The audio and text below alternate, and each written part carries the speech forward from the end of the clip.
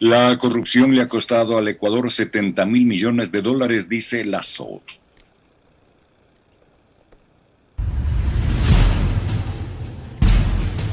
Desde Carondelet.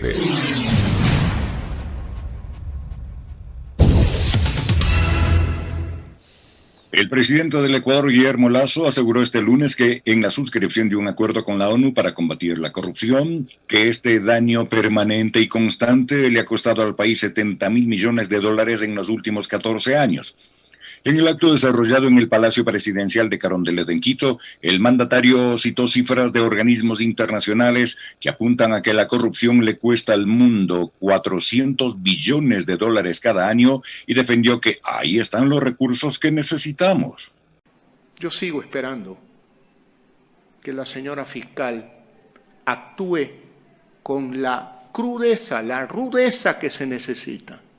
Hay muchos casos que todavía el Ecuador los tiene que conocer y tienen que ser sancionados por la Corte Nacional de Justicia y tienen que estar en la cárcel los corruptos. No pueden estar disfrutando de dinero mal habido en el exterior o en el Ecuador. 70.000 millones de dólares. Esos 70.000 millones equivalen al 100% de la deuda pública, amigos. Más del 100% de la deuda pública. No hay derecho. No hay derecho. Todo lo que pudiéramos haber hecho con 70.000 millones de dólares. Lo mínimo, ahorrarnos el costo financiero de la deuda, que puede ser aproximadamente 3.500 millones por año, ministro de Economía. 3.500 millones por año. Nos cuesta la corrupción, porque es un daño permanente y constante. Tenemos que luchar contra la corrupción. Esos 70.000 millones de dólares son 85 veces lo que hemos debido invertir, no gastar, en la vacunación, comprando vacunas y en el proceso logístico. Con esos 70.000 millones de dólares, de seguro no tuviéramos niños desnutridos en el Ecuador. Así de perversa y, maldita es la corrupción.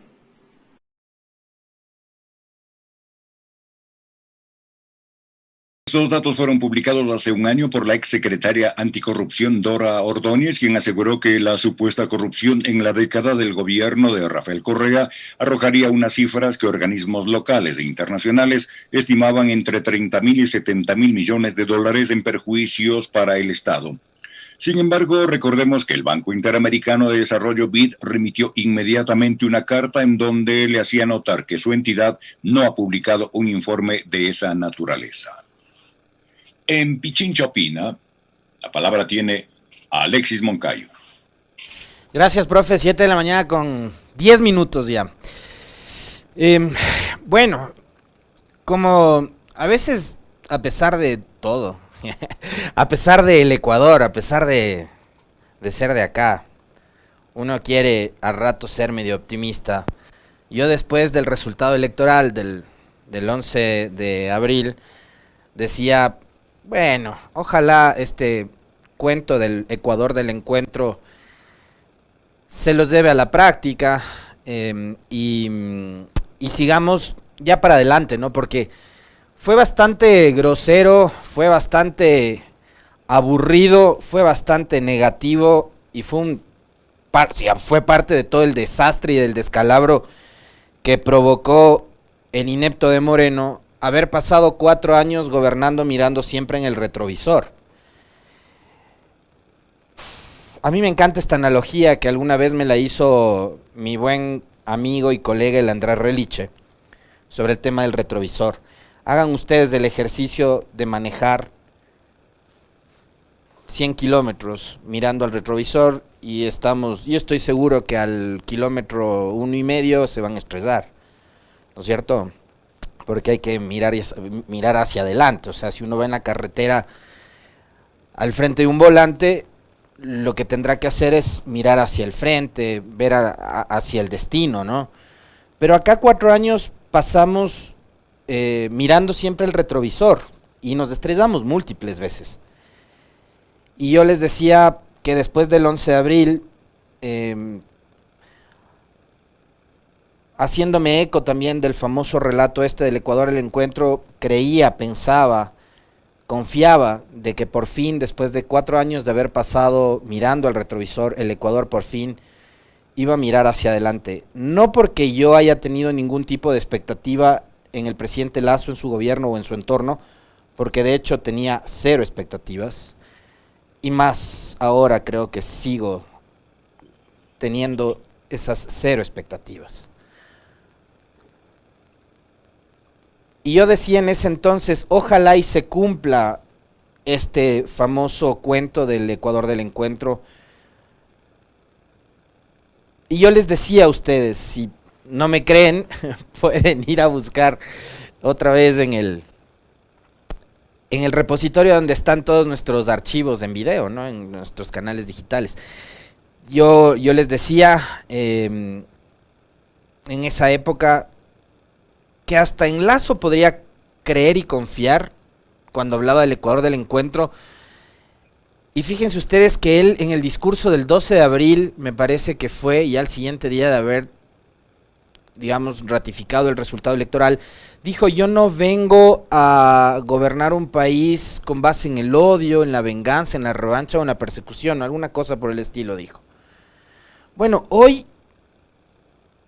Lasso, y en esa época yo les decía, bueno, hasta podemos creerle al presidente Lasso, ¿ya? Pero ¿qué tal su entorno?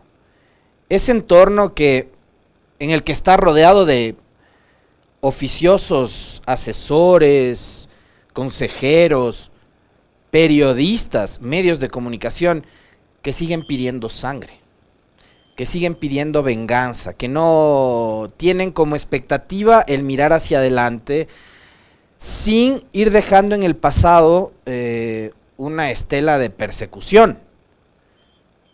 Parecería que no queremos finalmente construir un Ecuador del encuentro, sino que ese encuentro, como lo dijo acá, y vuelvo y repito, porque creo que ese ha sido uno de los diálogos más esclarecedores de los últimos meses que he tenido la oportunidad de mantener en este espacio, con Henry Kronfle. El Ecuador del encuentro es de entre todos, pues. No vamos a esperar que el Ecuador del encuentro sea solo encontrándome con los que piensan igual que yo.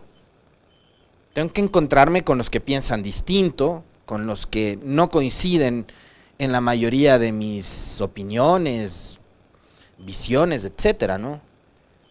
O sea, porque si queremos encontrarnos solo con los coidearios, con los militantes, ya tienen ahí a la gente de Creo, y aún así creo que les va a resultar un poco complejo, porque el anticorreísmo que dio como resultado el triunfo de Guillermo Lasso es un sector bastante diverso y amplio, y creo que entre ellos finalmente tienen una hoja de ruta en común, que es el anticorreísmo: no parar la persecución, continuar con el baño de sangre.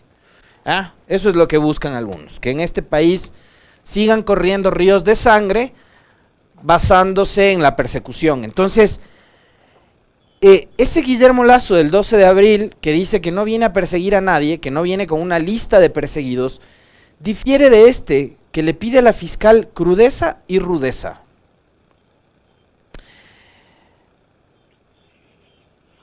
En los casos judiciales o en los casos de corrupción.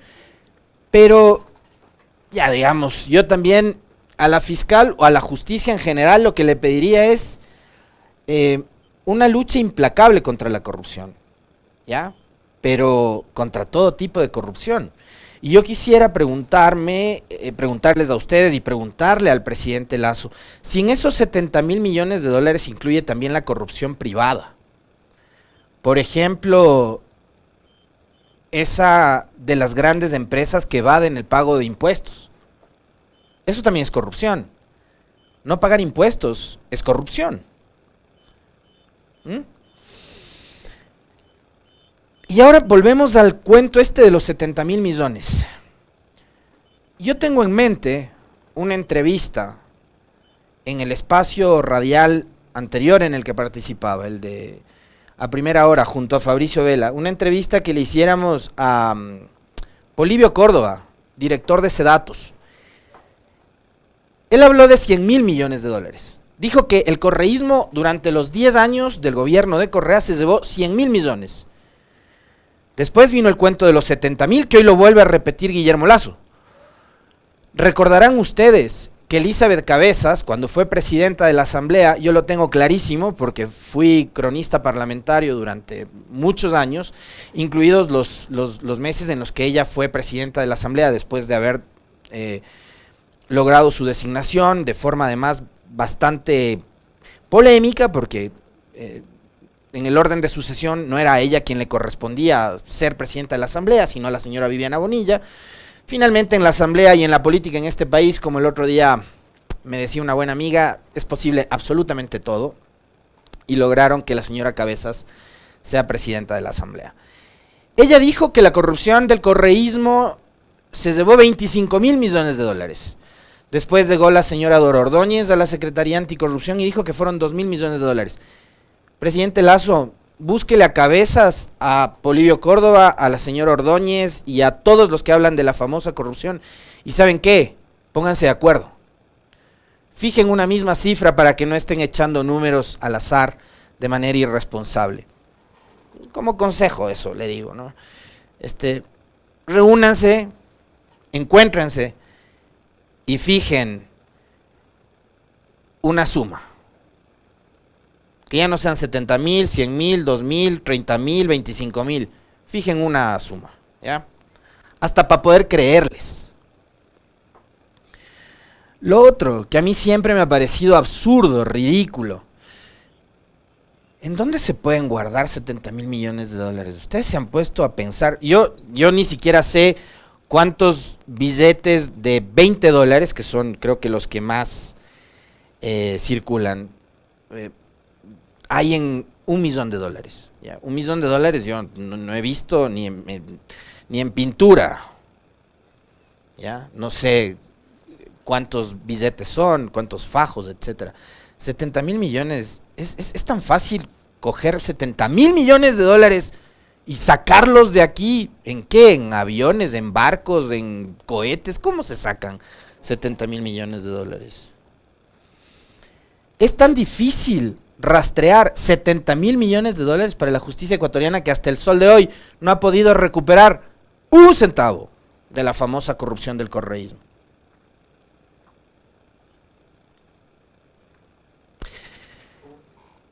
Y algo que yo les decía en época de campaña, que también me parecía suma el ridículo de este relato, es: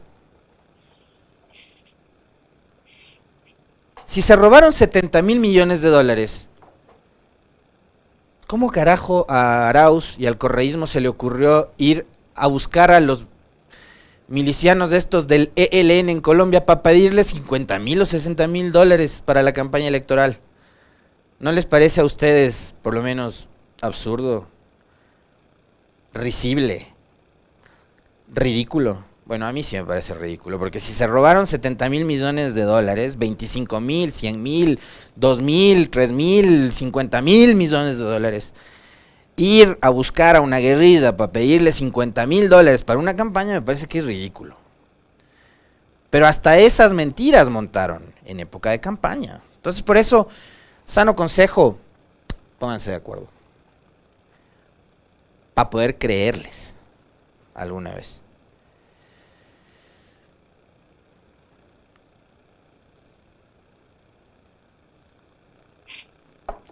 $70.000 millones. Tenemos que luchar contra la corrupción.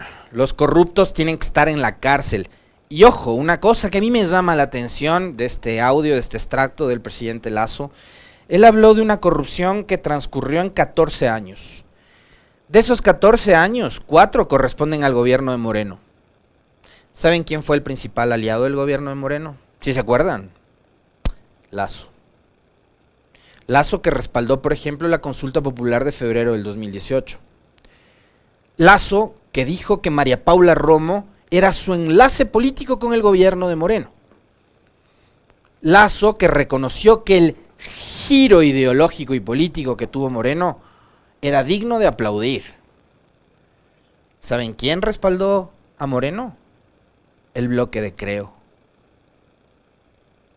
que puso sus votos para aprobar absolutamente todos los proyectos de ley que llegaron enviados del Ejecutivo del gobierno de Lenín Moreno.